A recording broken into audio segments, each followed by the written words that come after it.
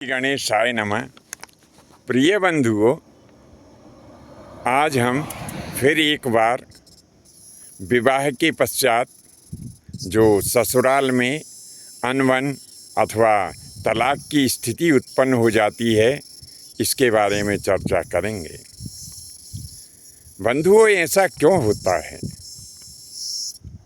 लोग बात कहते हुए पाए जाते हैं कि अरे हमने तो पंडित जी के पास में जाकर के मिलान मिलवाया था और कोई कहता कि 22 गुण मिले थे, कोई कहता 26 मिले थे, कोई 30, कोई 34, 35, 36 तक गुण बता देते हैं। तो इतने गुण मिलने के पश्चात भी वो क्या कारण है कि विवाह संबंध मधुर नहीं रहा? तो यहाँ पर हम आपको बता दें कि हमारे यहाँ पर एक विज्ञान है जिसे ज्योतिष विज्ञान कहा जाता है। बंधुओं, ज्योतिष विज्ञान के अनुसार जब कोई बालक या बालिका जन्म लेते हैं तो वह किसी नक्षत्र विशेष के अंतर्गत किसी न किसी विशेष राशि के भीतर ही उनका जन्म होता है और इस राशि के अनुसार ही उनका राशि नाम जो है रखा जाता है। यह राशि नाम इनके जीवन के ऊपर अपना बड़ा ही प्रभाव डालता है। विवाह इत्यादि का मिलान जो है राशि नाम से ही देखा जाता है। लेकिन होता क्या है कि हमारे यहाँ मान लो कोई बच्चा हुआ, एक उदाहरण दे रहा हूँ, हम ज्योतिषाचार्य के पास में गए, कहा पंडित जी हमारे यहाँ बालक आया है, देख दीजिए क्या नाम आता है। और पंडित जी ने देखा कि इसका जो है नाम ता से आता है और उन्होंने कहा भैया तुम्हारे बालक का नाम है तुलाराम। अब वो पूछने वाला अपने घर को गया, लोगों ने पूछा पंडित जी ने क्या नाम बताया, तो उसने कहा तुलाराम बताया है। लोग बात कहने लगे अरे पंडित जी ने कोई ऐसा मॉडर्न नाम नहीं बताया है, अरे तुलाराम नाम तो पहले लोग बाग रखा करते थे हैं, अब आजकल तो नाम कोई ऐसा होना चाहिए कि जो आधुनिकता लिए हुए हो। अब लोग बाग अपने मन से कोई भी नाम रख लेते हैं। अब जो नाम ज्योतिषी ने जैसे कि तुलाराम रखा था वो तो छोड़ दिया, अपने मन से नाम रख लिया, कोई सा भी नाम रख लिया। जैसे कि एक उदाहरण के तौर पे अनिकेत नाम रख लिया। अनिकेत की राशि बनती है मेष है। अब बच्चा बड़ा हुआ और विवाह के योग्य हो गया। जब विवाह के योग्य हो गया और हम फिर कोई योग्य वधू को देख करके और फिर गए आचार्य के पास में, गुरुजी बच्ची का ये नाम है और बच्चे का ये नाम है, क्योंकि अब मूल नाम जो था तुलाराम वो तो विस्मृत हो गया, अनिकेत चल रहा है। तो ग्रह कभी भी जो असर दिखाता है तो जो राशि नाम होता है उसी के अनुसार ग्रह अपना असर दिखाता है। अब बोलते नाम को लेकर के आप आचार्य के पास में चले गए। आचार्य ने कहा भैया अच्छा मिलान मिल रहा है, 26 गुण मिल रहे हैं। जबकि हकीकत ये है कि जो राशि नाम जैसे तुलाराम था तो राशि नाम के द्वारा मिलान बिल्कुल नहीं मिल रहा है। लेकिन अब आपने नाम रखवाया तो था, या कई लोग तो रखवाते भी नहीं हैं, लेकिन मान लो किसी ने रखवाया भी था तो वो राशि नाम तो भूल गए और जो बोलता नाम है अनिकेत उससे मिलान मिलवा लिया। पंडित जी ने कह दिया कि 26 गुण मिल रहे हैं, जबकि राशि नाम से बहुत सारे दोष उसमें आ रहे हैं। मान लो मृत्यु खड़ा अष्टक आ रहा है, ठीक से गुण नहीं मिल रहे हैं, क्योंकि अब हम अपना जो राशि नाम तो भूल चुके हैं, बोलते नाम से मिलान मिलवा रहे हैं, तो जो कि वास्तव में नहीं मिल रहा है। तो ग्रह तो अपना असर बताएगा, इसीलिए हमें सर्वप्रथम सावधानी ये रखना चाहिए कि जो ज्योतिष के अनुसार नाम आता है उस नाम को ही धारण करना चाहिए। अगर मान लो आपको वो बोलने में थोड़ा सा प्रिय ना लगे तो आप उसे लिख करके रख लें। अब दूसरा कारण मैं आपको बताता हूँ कि आपसी व्यवहार, जो हमारे रिश्तेदार होते हैं, बच्चा वाले और बच्ची वाले, क्या करते हैं कि कभी कभी एक दूसरे के सामने अत्यधिक अहम भाव दिखा देते हैं। इस अहम भाव के कारण भी विवाह के पश्चात संबंध जो होते हैं वो दुखदायी हो जाते हैं। जबकि हमारे शास्त्रों में बच्चे और बच्ची के पिता को एक बड़ी सुंदर उपमा दी है, समधी कहा जाता है। समधी यानी जो अपने बराबर के सम्मानीय हों उनको ही समधी कहा जाता है। लेकिन कभी कभी होता क्या है कि एक दूसरे के सामने जब हम अत्यधिक अहम भाव दिखाते हैं, अपने अपने रीति रिवाजों का हिसाब किताब लेकर के बैठ जाते हैं।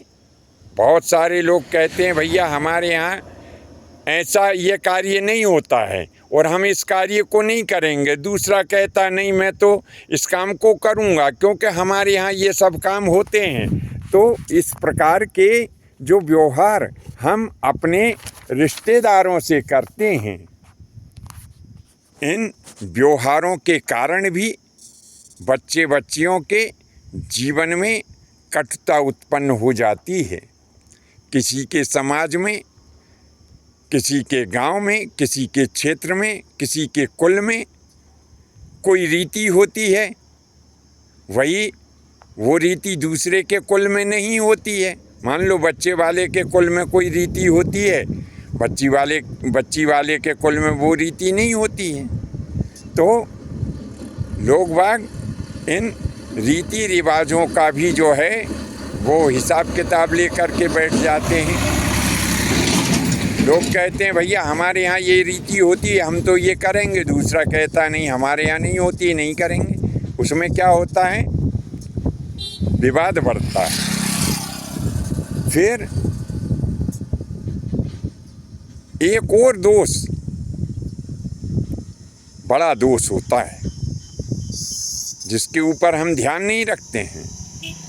जहाँ हम विवाह वेदी की स्थापना करते हैं उस स्थान को मंडप कहा जाता है। और मंडप किनके लिए बनाया जाता है बंधुओं? मंडप देवताओं के लिए बनाया जाता है। और जहाँ भामर पड़ती है वो मंडप के नीचे ही पड़ती है। तो क्या होता है कि उस मंडप में बहुत सारे बाराती, मैंने ऐसा देखा है, जो कि अमर्यादित तरीके से वहाँ जाते हैं। कई लोग मदिरा पान करके पहुँच जाते हैं, कई लोग जूते पहन के पहुँच जाते हैं। अब आप ये बताइए कि मंडप जो होता है वो देव मंदिर के तुल्य होता है, वहाँ देवताओं की स्थापना होती है। लेकिन लोग बाग देवताओं की परवाह किए बिना पता नहीं कहाँ से एक रीति ढूंढ लाए कि साहब वो तो दूल्हा जो है जूते पहन के ही पूजन करेगा, जबकि शास्त्रों में ये बताया है कि चरण पादुका धारण करके यानी पहन करके पूजा नहीं की जाती है। अब इससे क्या होता है? देवताओं का अपमान होता है। देवताओं की परिक्रमा बिना जूते पहने की जाती है। मंदिर में कभी आपने देखा कि कोई जूता पहन के और परिक्रमा कर रहा हो? आपका जो मंडप होता है वो भी मंदिर के तुल्य होता है और मंदिर ही होता है, लेकिन लोग बाग अपने अहम के कारण आचार्य से भी कह देते हैं, अरे पंडित जी तुम क्या जानते हो, दूल्हा को जूता पहना और जूता पहन के ही दूल्हा जो है वहाँ पर परिक्रमा करेगा। लो साहब, परिक्रमा देवताओं की हो रही, जूते पहन के हो रही है। फिर जो स्थापना हमने कर रखी है नवग्रह 16 अस्कमात्रका वरुण कलश इत्यादि जो भी है, लोग बाग अपनी सुविधा के लिए कभी कलश को इधर खिसकाते हैं, कभी नवग्रह को खिसका देते हैं, कभी 16 अस्कमात्रका को खिसका देते हैं। अरे ये क्या है? और इसका बड़ा दोष लगता है। बात आती है कि हमने तो साहब बहुत अच्छा मिलान मिलवाया था, कितनी सारी गलतियां कर देते हैं हम। अब और आगे मैं आपको बताता हूं, जो व्यक्ति के जीवन में कटुता पैदा हो जाती है जब हम किसी आचार्य से कहते हैं कि गुरुजी ऐसा करिए कि भामर का कोई अच्छा सा मुहूर्त बताइए। अब आचार्य 9 रेखा मुहूर्त बता देते हैं। पहले तो अधिकांशतः आचार्य गोधूली बेला का मुहूर्त बताते थे, लेकिन अब आजकल क्या है कि लोग बाग गोधूली भामर अथवा लगन नहीं लगा पाते हैं, तो थोड़ा सा लेट मुहूर्त ही देखते हैं। लेकिन उसमें भी क्या, पूरी रात आपकी नाना प्रकार के कार्यों में व्यतीत हो जाती है। सारा मुहूर्त जो है लग्न का निकल जाता, भामर का निकल जाता है। जब आप बिल्कुल बेफिक्र हो जाते हैं, फिर आचार्य से कहते हैं अब मुहूर्त देख लो आप। अरे मुहूर्त कोई अपना गुलाम नहीं है जो वो अपने लिए बैठा रहेगा। एक समय के लिए मुहूर्त आता है। कहते हैं कि सर्वप्रथम तो जो विवाह के अनेक अनेक दोष हैं, उन दोषों को दूर रख करके और लग्न शोधन करना चाहिए और किया भी जाता है। फिर विवाह में गुरु बल, सूर्य बल और चंद्र बल, ये तीनों बल देखे जाते हैं। लेकिन ज्योतिष शास्त्र में ये भी कहा है कि यदि आपका गुण मिलान नहीं मिल पा रहा हो, आपकी ग्रह मैत्री भी नहीं मिल रही हो, आपकी गण मैत्री भी नहीं मिल रही हो, फिर भी यदि आप बलवान लगन ले लेते हैं, जो भामर का और लगन लगाने का जो शुभ मुहूर्त है, उस मुहूर्त में यदि ये कार्य कर लेते हैं, तो भी आपका जीवन बिना किसी विघ्न के आगे बढ़ता रहता है। लेकिन लोग बाग इसके ऊपर कोई ध्यान नहीं देता। यदि कोई आचार्य कहता भी है कि भैया लगन का मुहूर्त निकला जा रहा है, तो लोग बाग ठिठोली करते हैं, कहते हैं कहीं और जाना है क्या। अब और कई लोग इस प्रकार से कह देते हैं, अरे किसकी भामर समय से पड़ी है। अरे जब आप ये जानते हैं किसी की भामर समय से नहीं पड़ी है, तो फिर भामर का मुहूर्त ही क्यों निकलवाते हो? मत निकलवाओ ना, क्योंकि किसी की भामर समय से पड़ी ही नहीं है। तो ये जो शुभ लग्न का या भामर का जो मुहूर्त होता है, जब हम इसकी अवहेलना करते हैं, तो विवाह के पश्चात विवाह संबंध में, दाम्पत्य जीवन में कटुता उत्पन्न होती है। नाना प्रकार की जो व्याधियाँ, परेशानियाँ उत्पन्न हो जाती हैं। सबसे अंतिम कारण मैं बता रहा हूँ कि जो आचार्य आपके यहाँ विवाह संपन्न करवा रहा है, उस समय लोग बाग उससे जो अभद्रता का व्यवहार कर देते हैं कई लोग, ये भी मैंने देखा है और अनुभव भी किया, और मतलब ऐसे व्यवहार मेरे सामने भी आए हैं। वहाँ पे क्या होता है कि लोग बाग वही बात लेके बैठ जाते हैं, हमारे यहाँ ऐसा होता है, तुमने ऐसा नहीं किया। अरे भाई, तेरे यहाँ वैसा होता होगा, लेकिन जो आचार्य जिस जगह कार्य कर रहा है वो अपने क्षेत्र की, अपने गांव की, और जिस व्यक्ति के यहाँ कार्य हो रहा है उस व्यक्ति की कुल की रीति को करता है, और साथ में पौराणिक और वैदिक रीति को भी लेके चलता है।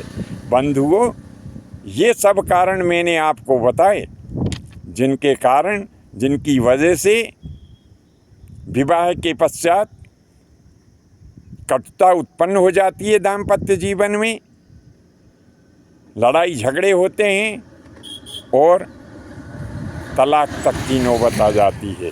यदि आप इनसे बचना चाहते हैं तो जो सुझाव हमने आपको दिए हैं, यदि अच्छे लगें तो इन्हें जीवन में उतारें। बाकी हरी इच्छा यानी भगवान की इच्छा के ऊपर छोड़ दें। आज के लिए बस इतना ही। शेष अगले भाग में नए विषय के साथ उपस्थित होंगे। आज्ञा दीजिए। धन्यवाद। जय माता की, जय परशुराम जी की।